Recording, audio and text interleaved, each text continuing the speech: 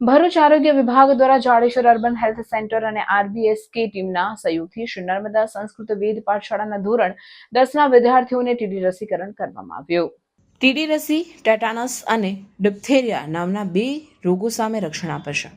ટેટાનસ, જેને લોકભાષામાં લોકજો કહેવાય છે, તે માટી કે ગંદકીમાં રહેલા બેક્ટેરિયાથી થાય છે। આ રોગ સ્નાયુઓમાં જકડન પેદા કરે છે, તેનાથી મોં ખોલવામાં, ગળવામાં અને શ્વાસ લેવામાં તકલીફ થાય છે।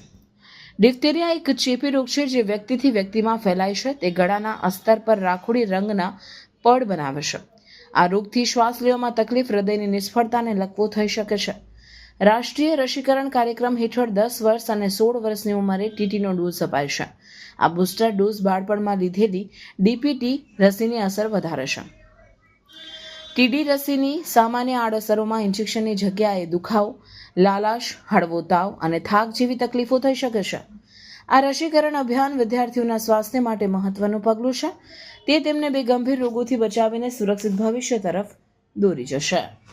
જે આરબીએસકે સ્કૂલ હેલ્થ પ્રોગ્રામનો એક ભાગ છે, જેમાં બાળકોને ધનુની રસી આપવામાં આવી। 10મા ધોરણના બાળકોને ધનુની રસી આપવામાં આવી અને એ શા માટે આપવામાં આવી, એના ફાયદા એ લોકોને સમજાવવામાં આવ્યા કે બાળકો બહાર રમતા હોય તો એ લોકોને ધનુ કદાચ લોખંડની વસ્તુ વાગી જાય તો ધનુ ના થાય, એના માટે આ પ્રોટેક્શનના રીતે એ લોકોને 10મા ધોરણવાળા બાળકોને ધનુની રસી આપવામાં આવી છે।